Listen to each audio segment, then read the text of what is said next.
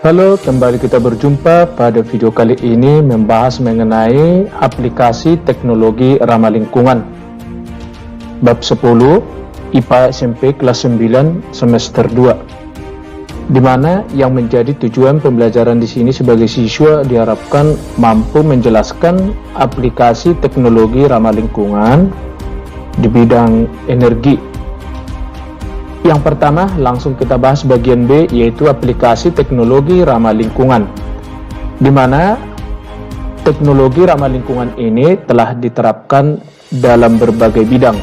Beberapa yaitu yang pertama, teknologi ramah lingkungan bidang energi, bidang lingkungan, bidang industri, dan juga bidang rumah tangga. Yang pertama yang mau dibahas yaitu teknologi ramah lingkungan bidang energi.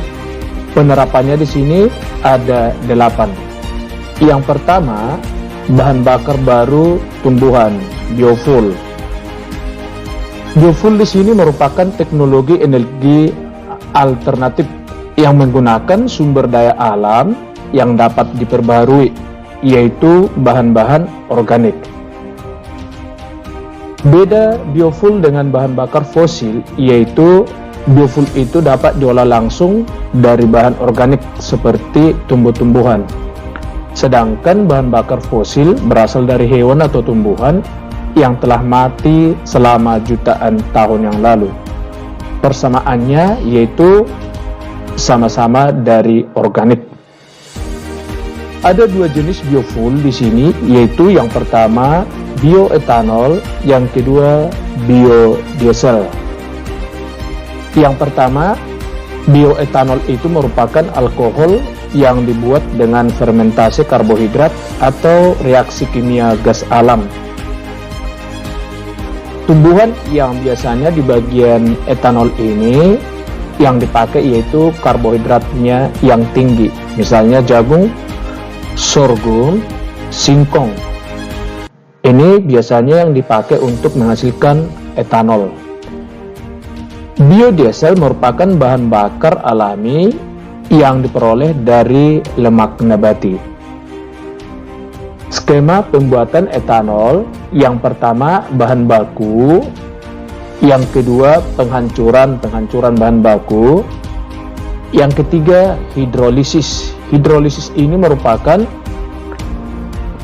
menghidrolisa polimer menjadi monomer, di mana hidrolisis ini melalui 4 cara, yaitu ada disebut dengan tanpa katalis, dengan asam, dengan basa, juga dengan enzim, di mana enzim ini dihasilkan oleh jamur dan bakteri yang biasanya namanya ini adalah selulase dan hemiselulase. Itu bagian hidrolis. Setelah hidrolis, dia difermentasi. Fermentasi di sini merupakan fermentasi monomer menjadi etanol dengan menggunakan mikroorganisme. Baru setelah fermentasi, maka penyulingan atau distilasi merupakan pemisahan larutan berdasarkan perbedaan titik dilih. Baru terjadilah bioetanol ya setelah distilasi. Inilah merupakan skema pembuatan etanol. Yang selanjutnya adalah biogas yang nomor 2. Biogas merupakan jenis bahan bakar alternatif yang diperoleh dari fermentasi bahan-bahan organik oleh bakteri anaerob. Anaerob merupakan bakteri yang tidak berhubungan dengan oksigen. Mengubah zat organik menjadi gas metana atau CH4 sebesar 75%, dan gas lainnya seperti CO2, H, dan hidrogen sulfida. Jadi saat ini kotoran dan urin hewan ternak menjadi pilihan yang sesuai dengan untuk produksi biogas ini. Nah, gambar ini merupakan skema pembuatan biogas. di mana lingkungan yang memiliki peternakan, tempat atau pabrik pengolahan makanan seperti tempat pembuatan tahu, tempe, ikan pindang, dan brem merupakan tempat yang sangat strategis bagi pembuatan biogas. Nah, para pemilik pabrik dapat menyatukan semua limbah sisa produksi bahan makanan itu ke dalam sebuah saluran pembuangan yang kemudian diolah menjadi biogas. Jadi di sini teknologi ini tidak hanya bermanfaat karena mampu menghasilkan sumber energi alternatif, tetapi juga dapat menjaga kebersihan lingkungan karena limbahnya dipakai untuk energi. Nah, limbah organik dari hewan, ternak, dan industri pembuatan makanan di sini tidak dibuang begitu saja, tetapi sekali lagi dapat dijadikan menjadi biogas. Oke, yang ketiga, bagian C, sel surya atau solar cell. Di sini dapat mengubah energi matahari menjadi listrik. Nah, sel surya memiliki ukuran tipis, ya, dan terbuat dari silikon, lambang unsur silikon Si, yang dimurnikan atau polokristalin silikon dengan beberapa logam yang mampu menghasilkan listrik. Oke, nah prosesnya ketika cahaya matahari melalui panel, ya, melalui panel ini, cahaya menghasilkan emisi elektron pada komponen panel. Nah, elektron ini kemudian dihubungkan dengan sistem tertentu sehingga dihasilkan listrik yang selanjutnya dialirkan dan disimpan dalam baterai. Jadi kita dapat memasang panel surya ini di atap rumah atau menyusunnya dalam lembaran-lembaran di dinding bangunan atau pada permukaan benda lain, ya. Jadi teknologi terbaru pada panel surya ini adalah adanya motor elektrik yang dapat menjaga panel surya tetap menghadap cahaya matahari pada siang hari. Jadi dengan demikian, mekanisme panel surya ini akan mengumpulkan energi 30-40% lebih banyak dari panel surya biasa. Apa yang menjadi keunggulan sel surya ini?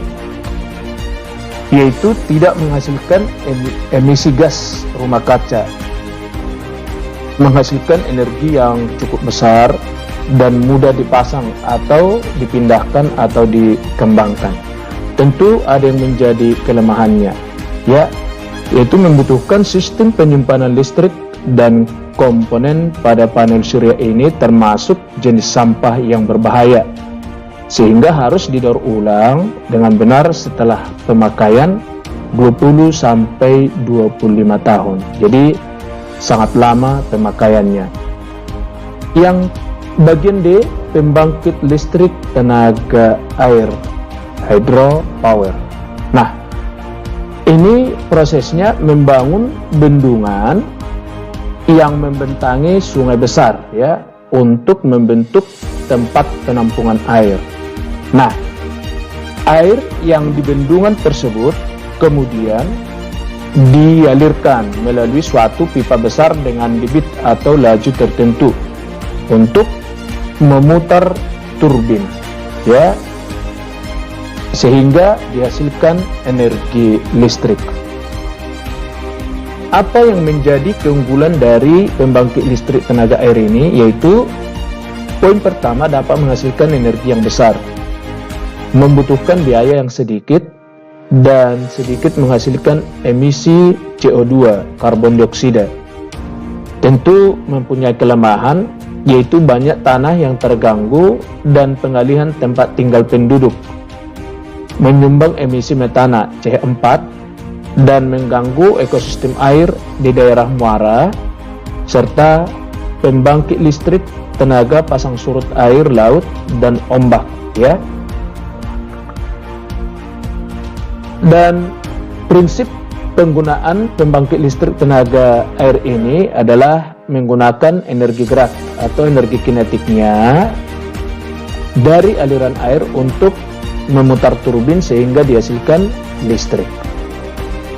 Yang bagian E selanjutnya itu pembangkit listrik tenaga pasang surut air laut dan ombak, ocean power.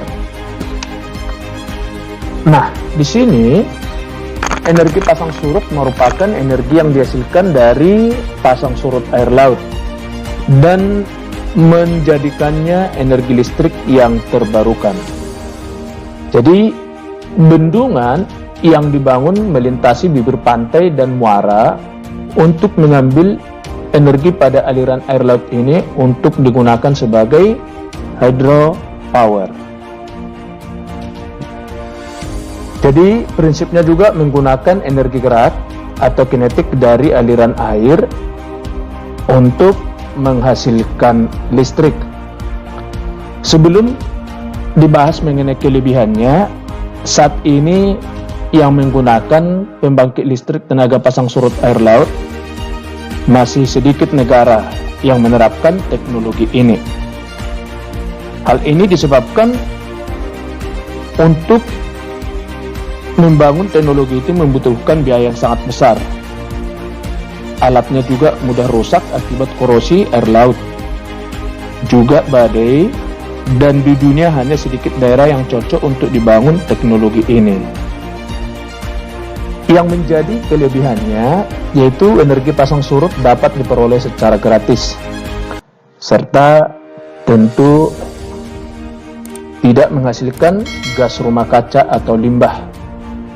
Tidak membutuhkan bahan bakar, biaya operasinya yang rendah, serta produksi listriknya yang stabil, dan pasang surutnya dapat diprediksi. Turbin lepas pantai memiliki biaya instalasi rendah dan tidak menimbulkan dampak lingkungan yang sangat besar.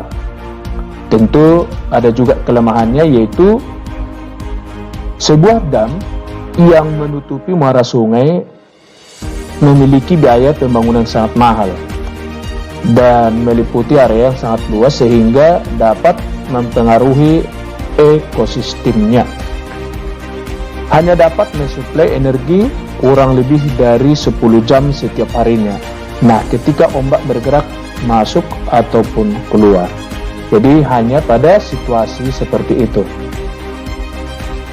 Yang bagian F yaitu pembangkit listrik tenaga angin, wind power. Nah, di sini pembangkit listrik tenaga angin ini ada dua jenis. Yang pertama ada pembangkit listrik tenaga angin yang dibangun di daratan. Yang kedua, pembangkit listrik tenaga angin yang dibangun di pantai. Perbedaan derajat dari sinar matahari yang menyinari bumi pada daerah ekuator dan daerah kutub menyebabkan perbedaan panas di antara daerah tersebut, ya. Sehingga juga bersamaan dengan rotasi bumi menciptakan aliran udara yang disebut dengan angin. Jadi ini merupakan gambar pembangkit listrik tenaga angin yang dibangun di daratan dan juga di pantai. Nah, jadi dengan adanya angin, maka menangkap bentuk tidak langsung dari energi matahari dengan turbin angin yang mengubahnya menjadi energi listrik. Tetapi meskipun pembangkit yang dibangun di pantai membutuhkan biaya yang lebih besar, tetapi pembangkit ini memiliki potensi yang sangat besar, ya, dibandingkan dengan yang di daratan. Hal ini disebabkan angin akan bergerak lebih cepat di bagian pantai, lebih kuat dan lebih stabil dibandingkan dengan angin yang bergerak di bagian daratan. Selain itu juga suara yang ditimbulkan dapat diredam dengan adanya suara ombak. Dan yang bagian G yaitu energi geotermal. Energi geotermal ini merupakan energi panas yang tersimpan di dalam tanah, di bagian lapisan dasar bumi, dan cairan dalam kerak bumi. Ini berasal dari aktivitas tektonik dan juga panas matahari yang diserap oleh permukaan bumi. Nah, di sini energi dipergunakan untuk memanaskan ruangan ketika musim dingin atau air. Nah, sejak peradaban Romawi ini sudah dipakai energi geotermal. Namun sekarang lebih populer untuk menghasilkan energi listrik, bukan lagi untuk memanaskan ruangan atau memanaskan air.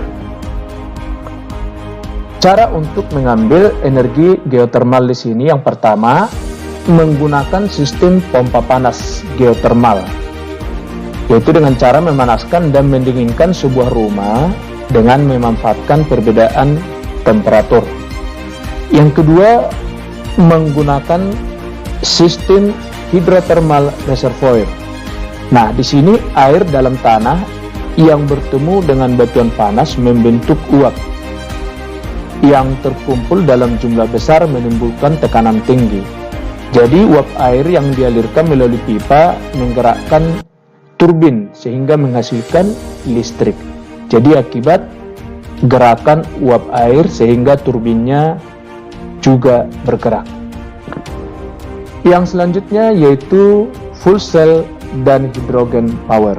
Nah, di sini matahari menghasilkan energi yang menjaga keberlangsungan hidup di bumi melalui penggabungan inti atau fusi atom-atom hidrogen. Ini merupakan skema hydrogen power. Nah, reaksi antara H2 dengan O2 menghasilkan energi panas tinggi sehingga dapat digunakan sebagai sumber listrik. Jadi penggabungan antara hidrogen dan oksigen, di mana reaksinya yaitu 2H2 ditambah O2 akan menghasilkan 2H2O ditambah dengan energi. Jadi ada uap air. Nah, berdasarkan reaksi ini, maka dapat diketahui bahwa selain energi yang dapat dimanfaatkan, hasil lainnya adalah uap air. Nah, ketika uap air ini dilepaskan ke bagian atmosfer, maka tidak akan berbahaya, sehingga tenaga hidrogen ini menjadi ramah lingkungan. Penggunaan secara luas hidrogen sebagai bahan bakar akan menghasilkan masalah polusi udara, serta dapat mengurangi kerusakan iklim karena dalam teknologi ini tidak dihasilkan CO2, karbon dioksida, tapi yang dihasilkan adalah uap air. Yang menjadi kesimpulan di sini, nah, teknologi ramah lingkungan bidang energi ini dapat diaplikasikan ke beberapa. Yang pertama, bahan bakar dari tumbuhan atau biofuel, biogas. Yang ketiga, sel surya. Yang keempat, pembangkit listrik tenaga air. Yang kelima, pembangkit listrik tenaga pasang surut air laut dan ombak. Dan yang keenam, pembangkit listrik tenaga angin. Yang ketujuh, energi geotermal. Dan yang kedelapan adalah fuel cell dan hydrogen power. Oke, inilah bagian energi. Dan yang selanjutnya akan dibahas mengenai teknologi ramah lingkungan bidang transportasi. Oke, sampai di sini pembahasan video kali ini. Sekian dan terima kasih.